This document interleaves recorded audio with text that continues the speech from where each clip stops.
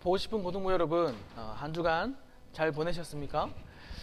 등교가 또 일주일이 연기가 되면서 우리가 만날 날 시기가 조금 더 늦어질까봐 안타까운 마음이 있습니다. 하지만 우리가 각자의 자리에서 최선을 다해서 예배함으로 예배자의 사명을 끝까지 잘 감당하는 우리 고등부가 되기를 바랍니다.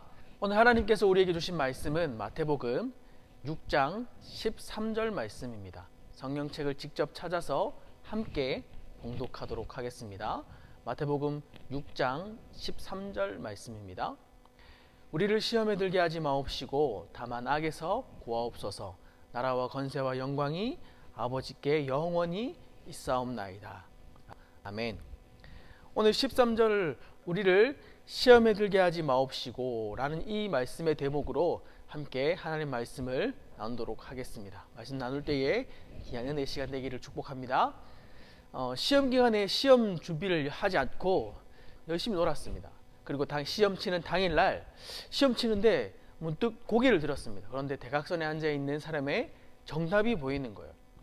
하나님께서 주시는 찬스라고 생각하고 그 친구의 정답을 내 시험지에 얼른 옮겨 적었습니다.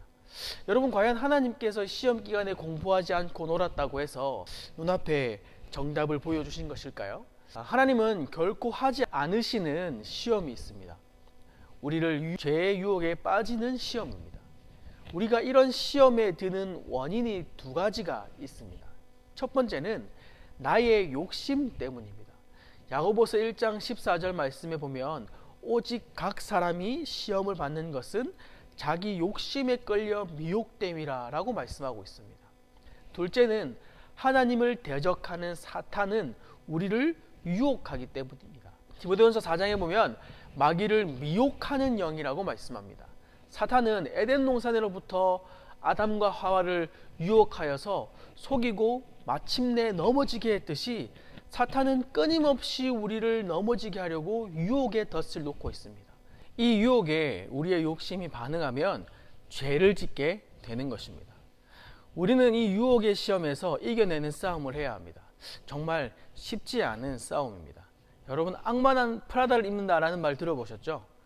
마귀는 미혹을 아주 매혹적이고 교모하고 강력하게 사람들을 뒤흔듭니다. 우리는 이 능력만으로는 도저히 이겨낼 수가 없습니다. 그렇기 때문에 우리는 기도해야 합니다. 이것이 우리가 시험에 들게 하지 마옵시고 라고 기도하는 이유입니다. 여러분, 삼국지에 독화살에 맞은 관우를 치료한 화타라는 의사가 등장합니다. 당대 최고의 명이라고 칭송받았던 이 화타에게는 두 명의 형이 있었습니다. 이 화타가 이야기하기로는 본인은 큰 병이 드러나서야 그 병을 고치니 최하이고, 작은 형은 큰 병이 드러날 때 그 병이 더 이상 커지지 않게 하기 위해서 진료를 하기 때문에 더 뛰어나고, 큰 형은 애초에 병이 일어나기 전에 그 병을 예방하기 때문에 더 뛰어난 형이라고 이야기했습니다. 이 이야기를 들으면 누구나 동의할 것입니다. 하지만 사람들은 화타만 기억합니다. 왜냐하면 죽어가는 사람을 살렸기 때문에 유명해질 수밖에 없습니다. 죽어가던 환자나 그의 가족들은 화타에 대한 고마움으로 가득 찰 것입니다. 화타의 이름이 남을 수밖에 없는 이유입니다.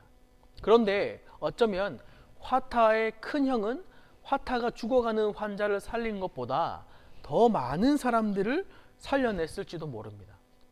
화타가 고통 속에 죽어가는 환자 한 명을 살리는 동안에 그의 큰형은 고통을 겪을 뻔한 환자 100명을 구했을 수도 있습니다. 하지만 사람들은 화타의 큰형의 이름은 전혀 기억하지 못합니다. 사실 최고의 명의는 큰 병을 치료해 주는 사람이 아니라 병에 걸리기 전에 예방해 주는 사람입니다. 병은 걸리기 전에 예방하는 것이 가장 좋기 때문입니다. 마찬가지로 죄를 짓고 나서 회개하는 것보다 애당초 죄를 짓지 않게 예방하는 것이 훨씬 더 중요하다는 것이죠. 죄를 예방하기 위해서는 죄에 대한 경각심을 잃지 않아야 합니다. 죄의 작은 불씨를 내버려둬서는 안 된다는 것이죠. 꺼진 불도 다시 봐야 하듯이 죄의 불씨를 우습게 여기고 방치하는 순간 그 불은 큰 불이 되고 맙니다. 여러분, 드라마에 보면 이미 결혼한 한 남자가 아내가 아닌 다른 사람, 다른 여자가 마음에 들어오는 그런 드라마가 있습니다.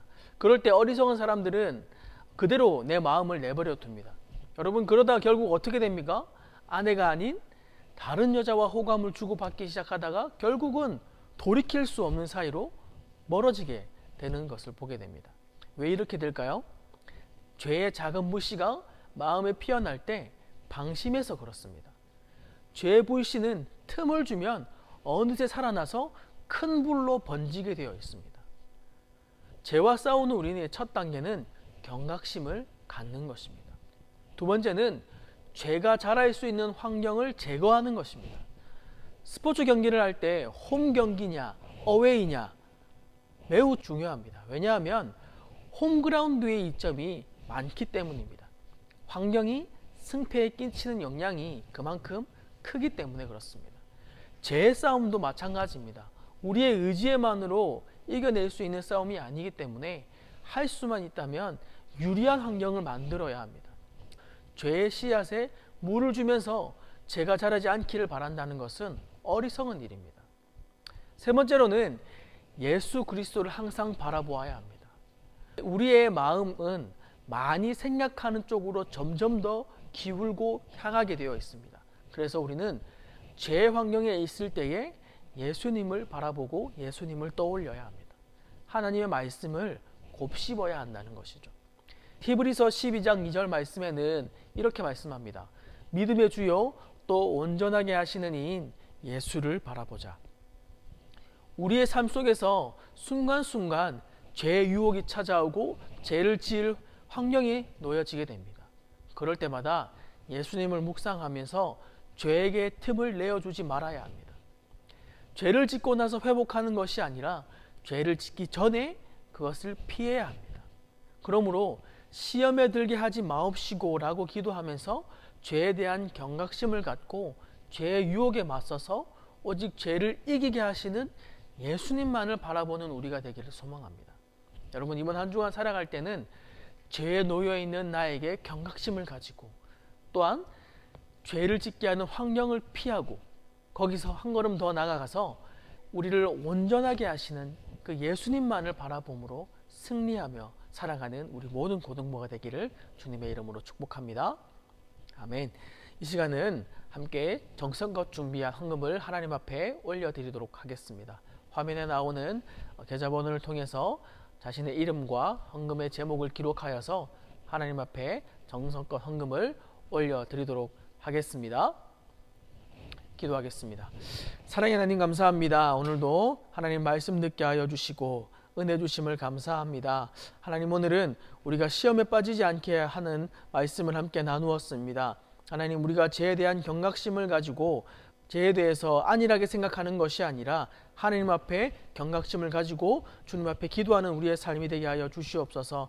또한 우리의 환경을 놓고 기도합니다. 우리의 환경이 죄를 짓기 좋은 환경이 아니라 하나님 앞에 말씀 묵상하기 좋은 환경, 하나님 앞에 바른 그리스도인으로 살아갈 수 있는 좋은 환경이 될 수 있도록 하나님께서 붙들어 주시옵소서. 시험에 이길 수 있도록 날마다 예수 그리스도만을 묵상하며 또 그 묵상할 때에 주 예수 그리스도께서 우리를 온전하게 하는 삶을 경험할 수 있는 우리 모두가 될 수 있도록 은혜를 더하여 주시옵소서. 이 시간 특별히 하나님 앞에 구별하여 헌금을 올려드립니다. 이 헌금을 통하여서 하나님 나라가 확장될 수 있도록 귀하게 사용하여 주시옵소서.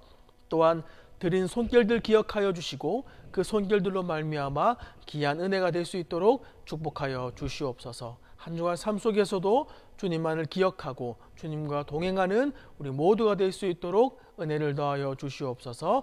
기도는 예수님의 이름으로 기도합니다. 아멘.